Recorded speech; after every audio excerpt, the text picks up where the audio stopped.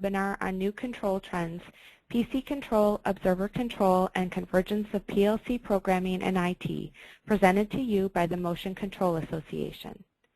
This webinar will be recorded, and an email with a link to the recording will be sent to you within the next 24 hours. The recording will be available for 1 year. However, we do not provide copies of the slides. If you have any questions on the presentation material, please feel free to submit questions via the panel on your right, and they will be answered as time permits. You may also contact the speaker directly after the webinar. My name is Kathleen Straight with MCA, and our presenter today is Kristen Lewatsky. Kristen has written about motion control and automation for more than 7 years. As a technology writer, she covers a variety of other subjects ranging from memory and microelectronics to nanotechnology to lasers and photonics. She's worked as an engineer on NASA's Chandra X-ray telescope before switching to writing about technology. Her background is in physics and engineering. Kristen, please take it away. Thanks, Kathleen. Thanks, everybody, for joining us. Let's see. So when I started out to gather information for this webinar, I was thinking I was mostly going to talk a lot about observer control and things like that. And I actually, once I got talking to people, discovered that there was quite a lot going on in the soft motion area. And that's most of what I'll be talking about today is that and some other new trends I've discovered. So, let's see. Before we get started, let's just kind of run through a quick context setting. Let's figure out how we got to where we are right now. Machine control for a long time was based on relays, electromechanical devices. They were really good at pretty much doing one thing each. So they were functional, but they weren't great. There was latency involved between the command and the actuation. And they were also prone to failure because they were electromechanical. That led to the development of PLC, Programmable Logic Controller, basically a ruggedized digital computer. They're really good at keeping track of things, tasks like counting, managing I/O, timing, that sort of thing. They can do really simple motion if they have to, but nothing like the kinds of applications that we consider motion control today. And that led to the development of dedicated motion controllers. So machine builders, for example, typically would work with PLCs and a dedicated motion controller. Purpose-built, they're very efficient at path planning and handing down commands. But you know, PLCs, motion controllers, there's a certain amount of time involved in the development. And one of the issues that also started coming up as speeds started increasing is just the bandwidth, just getting the signal from the PLC and from the motion controller out to the drive and out to the motor. And that started really being kind of a gating problem. The issue that, and when I first started covering this industry, God, it's 7 years ago, I guess, 8 now, the people I was talking to in packaging were talking about 300 parts per minute, and these days I'm talking to people and hearing muttering about 400. I mean, the bandwidth demand is just getting nuts. And certainly 10, 15 years ago, it wasn't anywhere near that level, but neither was the communications. So meanwhile, all the computation has to take place somewhere. You've got to get those commands where they're going. And the communications buses couldn't get the information out there, so they had to come up with some kind of a solution. And what happened is vendors started adding intelligence to the drive. So you got processing power in there, you got memory. So now the drives could do part of the job. They could close the velocity and position and current loops and take that part of the burden away from the controller and leave the motion controller to handle the higher level tasks. And that made it possible to get up to some of these faster operating speeds. And it also really opened up some other types of opportunities and brought in some new options. You could do the centralized control. Like I say, things get faster. You're not making your motion controller focus so much on the niggling stuff. You're leaving it free to do some increasingly sophisticated motion profiles. But the other thing that you can do with smart drives, as probably most of you are aware, is you can do distributed control. And that means you can actually hang the drives out on the machine. You don't have to have them all in the cabinet. You don't have to be running wires out there, your cabling. Remember, that's your single biggest point of failure right there. That's your headache if you've got a lot of motion going on. Being able to put the drive out on the machine means that you can avoid that. You're going to have less downtime, less faults. Adding the processing power and the memory to the drives let them actually be daisy-chained together and do a certain amount of motion on their own. Master-slave configuration. Now, it's not a perfect solution. Nothing is. If you've seen any of the articles that I've written, I pretty much always somewhere wind up saying there's no perfect solution. It's always the best solution for your application. And distributed control with smart drives, it's good for a few axes. You're not going to be able to do highly synchronized motion with them. You're going to have to turn to another option for that. But for the right application, they can actually be a pretty good fit. But the problem is that it still helped. And then here I'm getting back to the whole centralized control thing where you're using the smart drives to offload computation. Yes, you've got your PLCs and your motion controllers. They can do the really sophisticated stuff, highly synchronized, web processing, 100-axis printing machines. But the product upgrade cycles are, of necessity, much, much slower. And that makes sense because you're talking about a technology that's extremely sophisticated and complex. It's also fixed function, so you don't necessarily have the flexibility as an OEM that you might want, and it's harder to make changes. And the other thing is, again, speed, speed, speed. Everybody wants faster. Everybody wants more performance. So that sent people looking for other options. And one of the things that's been emerging over the past few years is software-defined motion. And that's actually sort of a trend that's been going on everywhere, especially throughout the embedded world. I mean, you've got software-defined radio. You've got that coming into play for a lot of embedded electronics. If you can work with a hardware platform that's programmable, then you've got many greater options. So, the old model is the vendors would have to have, a mama bear motion solution, and a papa bear, and a baby bear, depending on the number of axes, the number of, the degree of synchronization, speed, and all of that.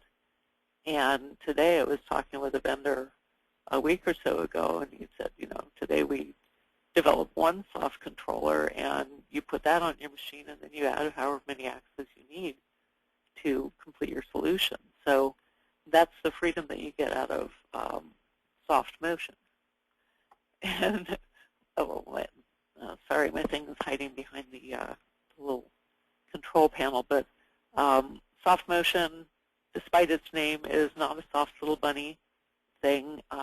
It's actually quite deterministic and quite robust. It just extends functionality through software rather than hardware.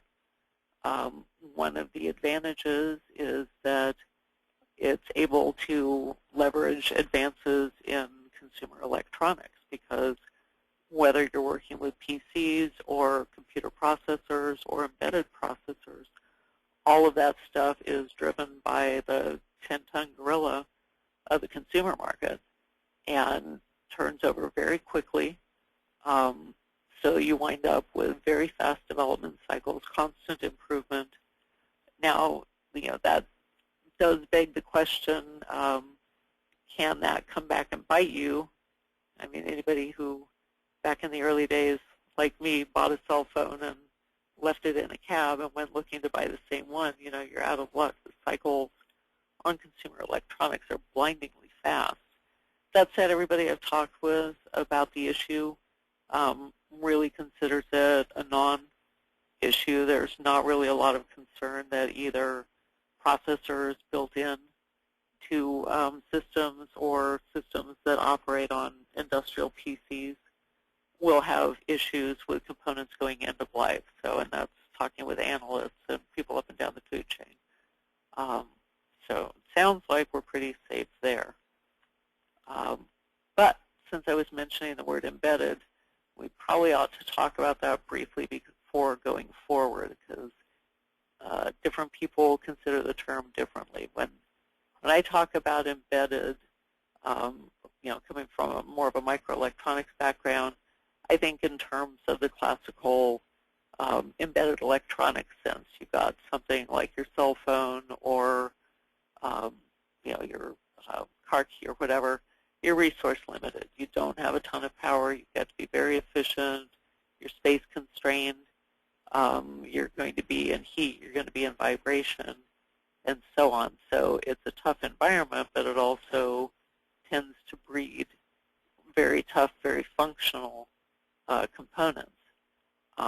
But another way that the term embedded gets used in the motion control area I've discovered is the components being embedded in a physical sense, either at a board level put into a black box, or even as an entire component put into a housing. So for example, having either the board of a PC or an entire PC put in a larger box and being labeled controller. So things aren't always as they seem. You should look under the hood and find out as much about what it is you're looking at to understand what it is you're designing into your system. So let's talk about some of the activity going on out there in soft motion. The base level is a software package that runs on any commodity PC. For example, this is Advanced Motion Control has a package, and it doesn't matter. You can stick it on whatever computer you find. So, my comment earlier about do we have to worry about obsolescence in the computer that you bought a system with? No, because this is set up to run on pretty much anything. It leverages intelligent drives. So again, you got the model of using the drives to do some of the low-level computing, and then instead of your motion control, you've got a PC doing the path planning. And that gives you more of a measure of flexibility. And you can get some nice additional elements in their systems set up to operate consistently with PLC Open, the IEEE, 61131 standard. And then there's also a module that will take C++ and convert it to function blocks. So if you're not a function block jock, you can still have a pretty easy time programming your device. And that brings up, I'm going to start highlighting trends as we go along here. And one of the trends that keeps coming through loud and clear is, let's make it easy. It seems like everywhere the focus is on usability, ease of use. Let's let people focus on their value proposition and not have to have a giant staff of developers and engineers putting things together. And that seems to be a pretty consistent approach. So let's see. So then the next level is trying an embedded architecture. And this is sort of a simple one, ACS Motion as an example. they had a system that's processor-based. The PC operates over a PCI bus, which gives pretty high bandwidth. You get good speed. Applications would be things like multiple functions. If you're trying to integrate machine vision into your system. And for a while, that was a hardcore trend going toward machine vision, and then it seemed to ease off. But the word that I hear now is it's very much coming to the forefront again.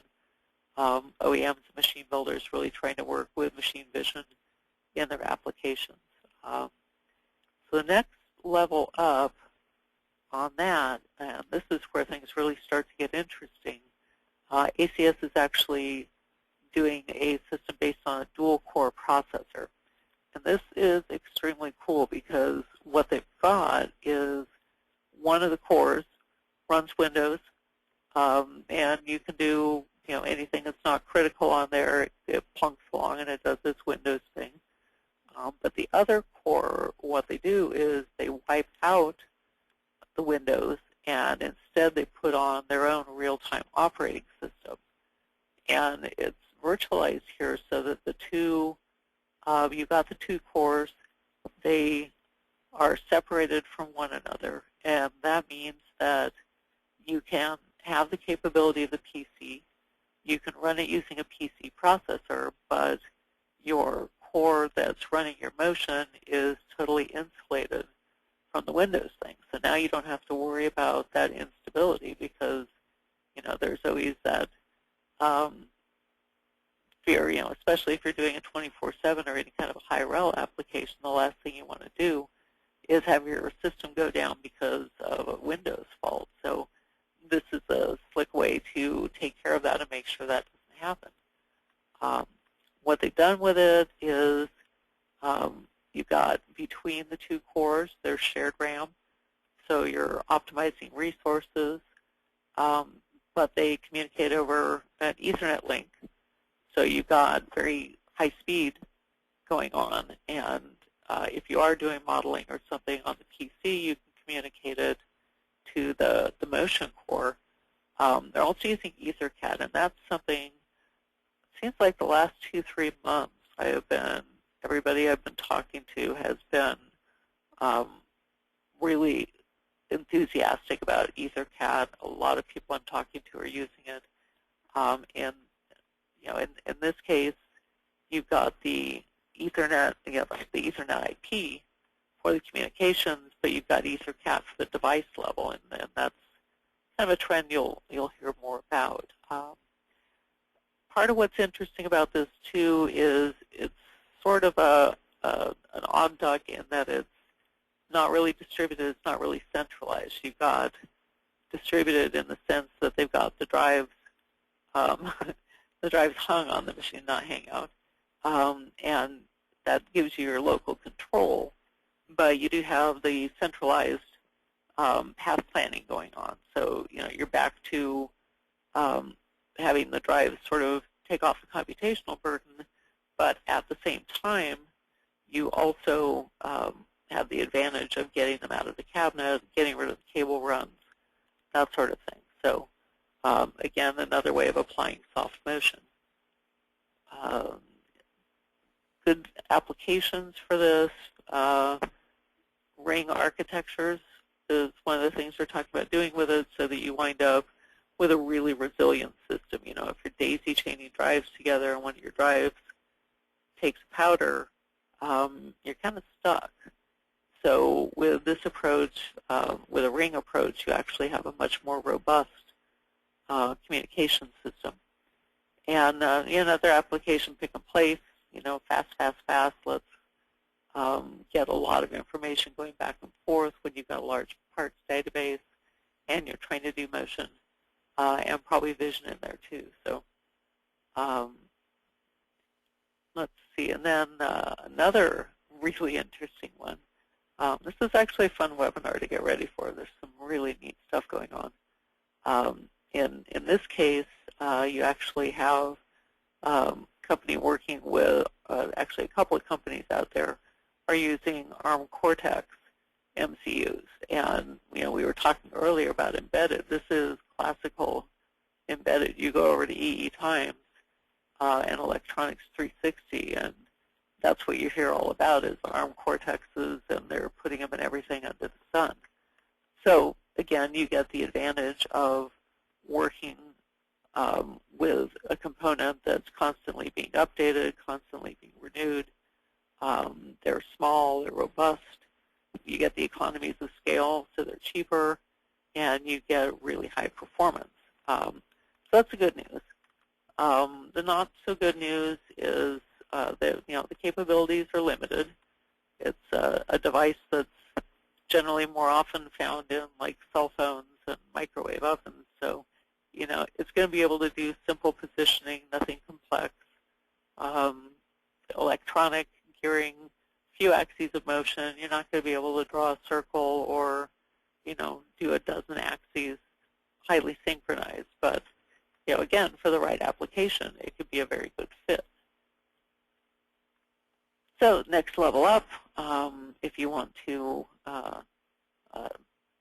go the next tier, is they work with an Intel processor. I believe it's an Intel Atom processor, and this is Lenza. And in this case, they're dealing with tens of axes. Or you can coordinate a robot arm. You can add a few axes to that. If you're trying to do some sort of palletizing or loading flats into a converter, that kind of thing, could be a really nice fit. Another trend, so that's the soft motion territory, but there's some other trends going on that I want to talk about. And one of the things, and this comes back to that make it easy thing, is integrated solutions. And this is Omron, for example, has a platform out that is all in one box, basically. They do logic, vision, motion, safety, all in one spot. Again, similar to the earlier device, they use EtherCAT for the device-level communications, Ethernet IP for enterprise connectivity. You got more of that Delta robot control coming in. And most important, the focus is keep it easy. And that comes back to the challenges for developers. I mean, you've got, and especially I think since the recession, but even before that, everybody's got too much to do. You need to have the functionality, but you also need to have it be easy. With a system like this, you can have one developer learn the system and work across multiple disciplines, so they're not having to learn 4 different controllers.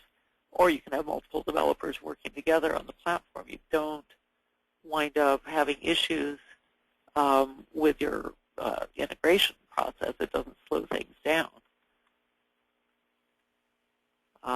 So that's another approach. And then we get to the uber high performance section of the Part E, and that's taking a whole different approach to it. Instead of going with the soft motion directly, this is sort of a hybrid. The old focus was on fixed function boxes. If you're thinking in terms of a motion controller, whoops, that wasn't supposed to happen. Go back. There we go.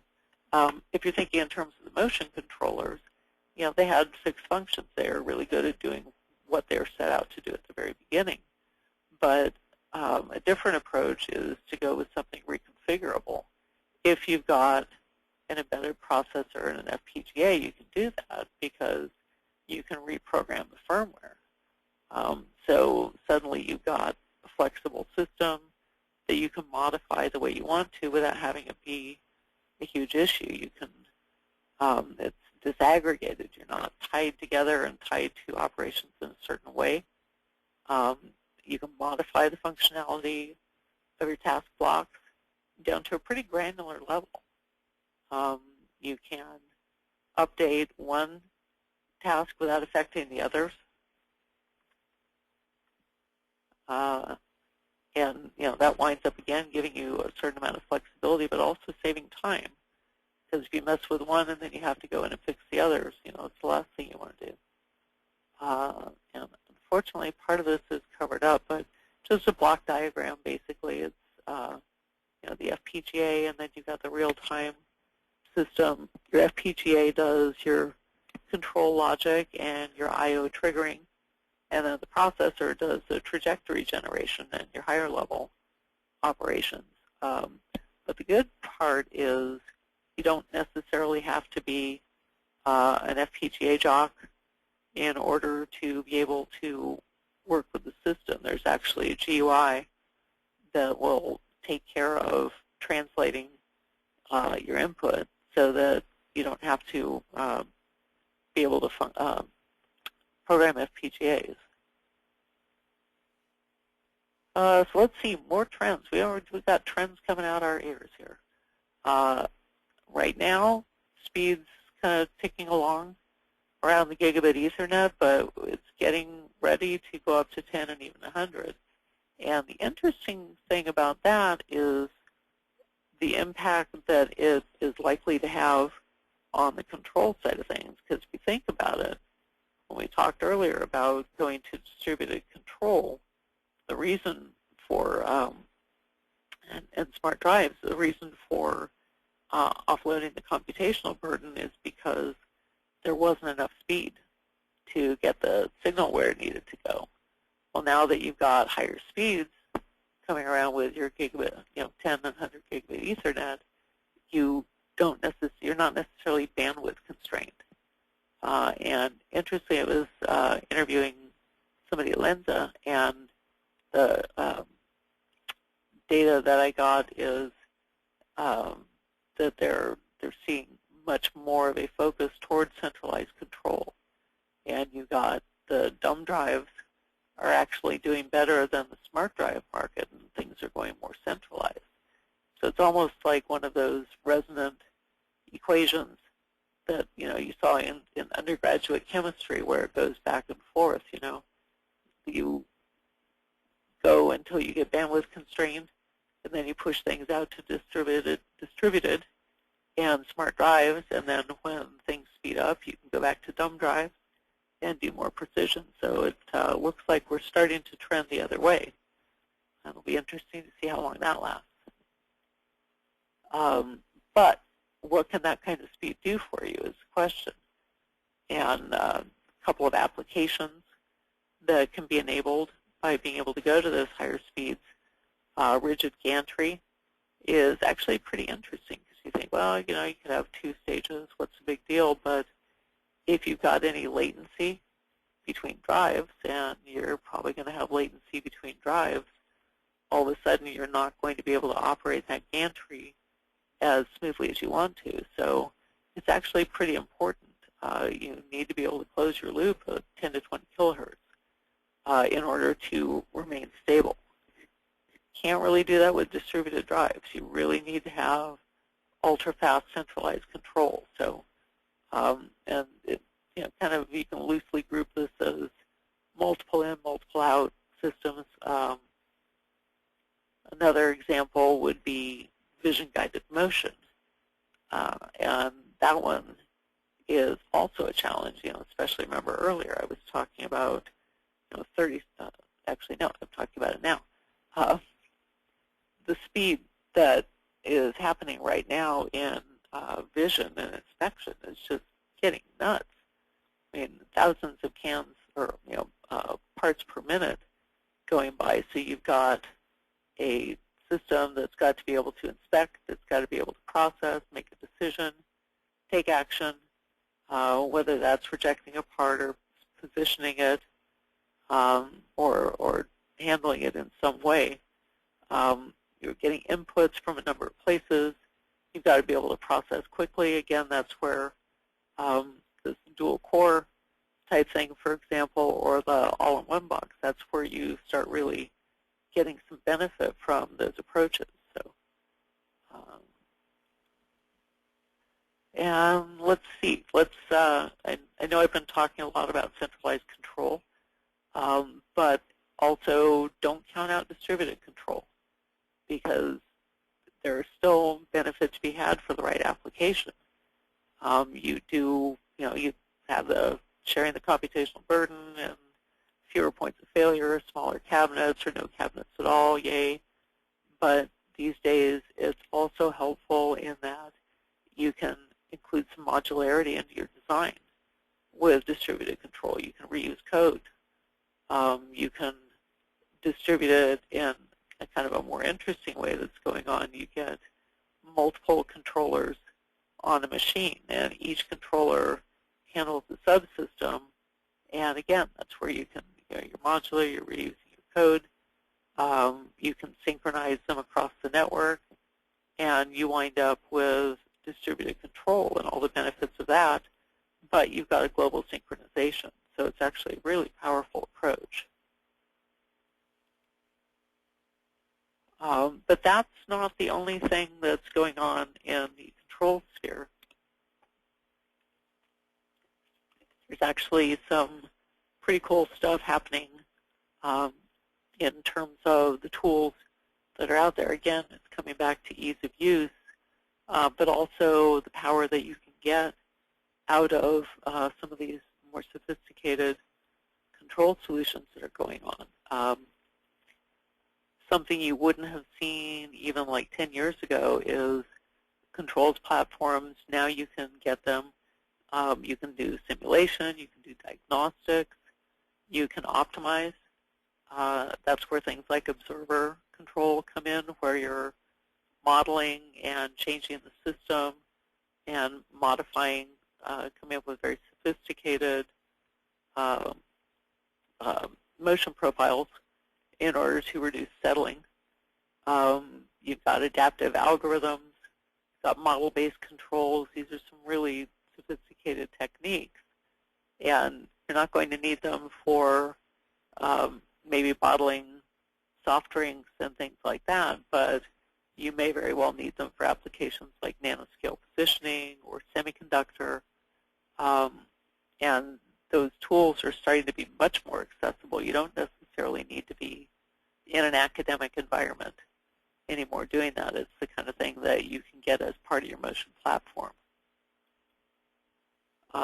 Simulation, again, let's go back to the motion controller, and you've got basically a fixed function component, whereas soft motion, you've got the ability to adapt. And what that means is you can use modeling software, Simulink. It's obviously the gold standard. You can generate advanced algorithms.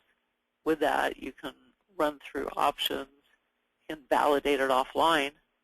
For example, with the dual-core system, you can use that Windows computer to run all of this stuff, validate it offline, and then Simulink can generate code automatically, as can some of these other components.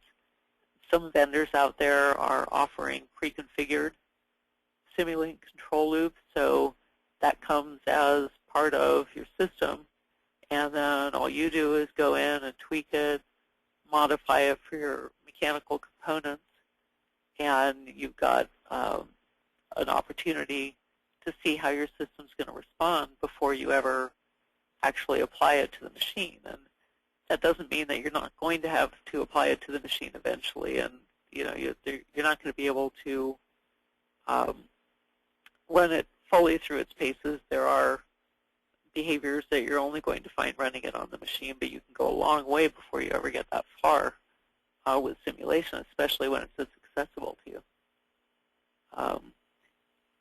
And the other thing is diagnostics. Back in the day, the model has been you have a sensor, and when the sensor goes beyond its limit, it flags, and you hopefully get in there and you intervene. But there's some interesting stuff you can do when you start having this level of computational power. You can actually determine whether you have problems early.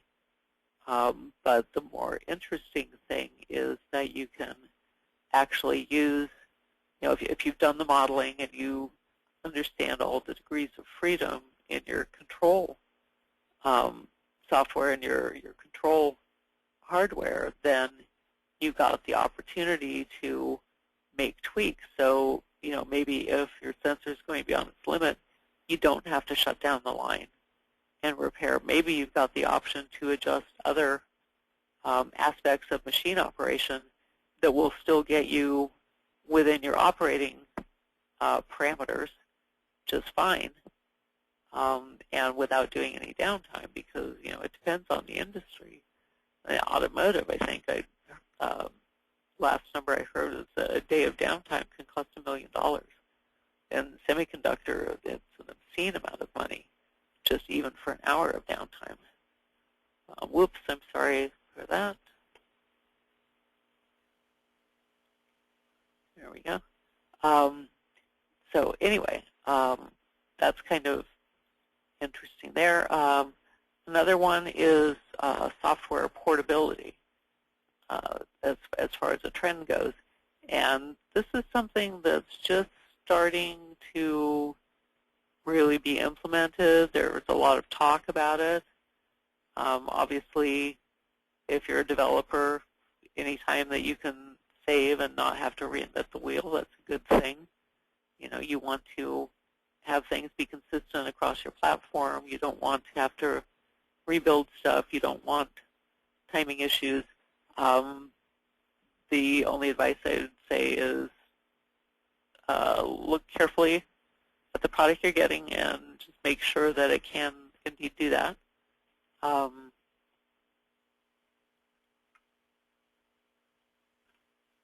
And again, the focus is on software. You want consistency. You want to do the work once. You want to be efficient.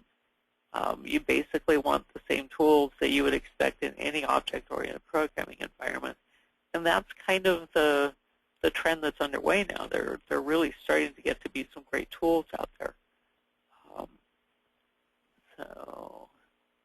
But the takeaway message that I would say here before anything else is it's really important to keep in mind that there isn't a perfect solution. None of these are the ideal solution for every application. It just depends what your application needs, what your requirements are, and that's going to tell you what to choose. These are just some different options. These are some new trends that are going on out there.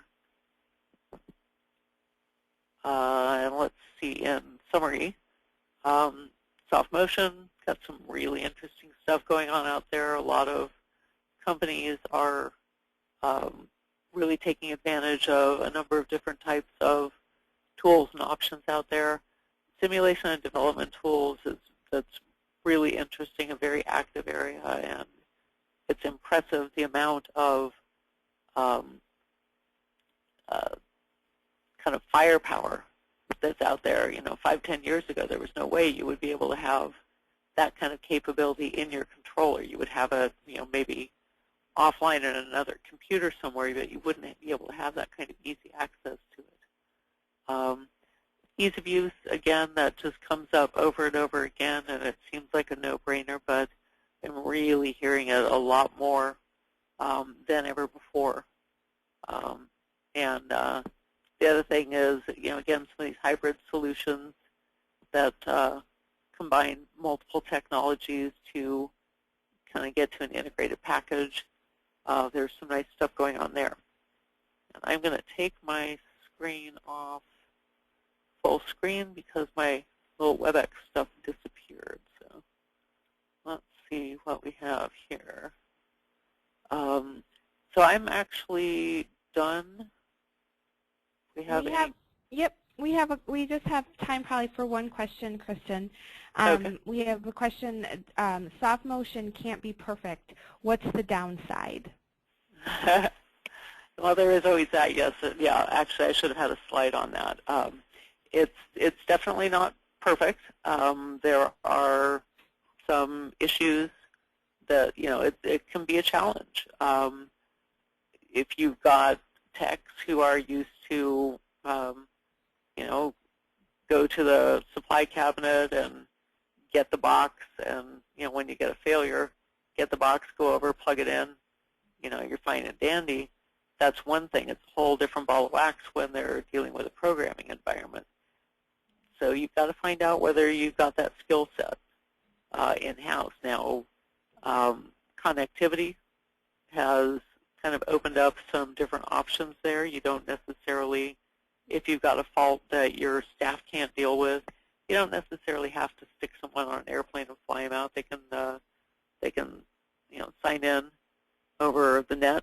If you've got web-enabled stuff, I was talking to an integrator a while back who described that he was uploading a firmware update to a system he'd built while he was walking down the jetway holding his computer. So there's a lot that can be done without having somebody on site. Let's see, anything else? We good? I think that's it. Excellent. All right, well, thanks, everybody, for taking the time. I hope you found it interesting. I did. Thank you, Kristen. Thanks for that great webinar, and to everyone who participated today. I just want to remind everyone that Kristen writes some great featured articles for our website, Motion Control Online, so please feel free to check that out at any time. She does at least one a month, and then we have some other great webinars coming up for the rest of the year, and those are also listed online. Just a quick reminder that the webinar was recorded, so a link will be sent to you sometime tomorrow, and this is the only way to view the webinar, but it'll be available for 1 year. And if you have any questions, you can contact Kristen directly. And thanks again, Kristen, and everyone. Have a great day. Thank you. Oh, and one final comment, Kathleen. Sure. Follow-on, I just did an article on controls, and the follow-on to that article, which is drive trends, is going to be going out in May, and that's some pretty interesting stuff as well, including multi-axis drives and some pretty exciting developments there. So keep an eye out for it. Thank you for that reminder. That's good to note. Thanks again, everyone, and hopefully you can join us for our next webinar. Thanks a lot. Bye-bye.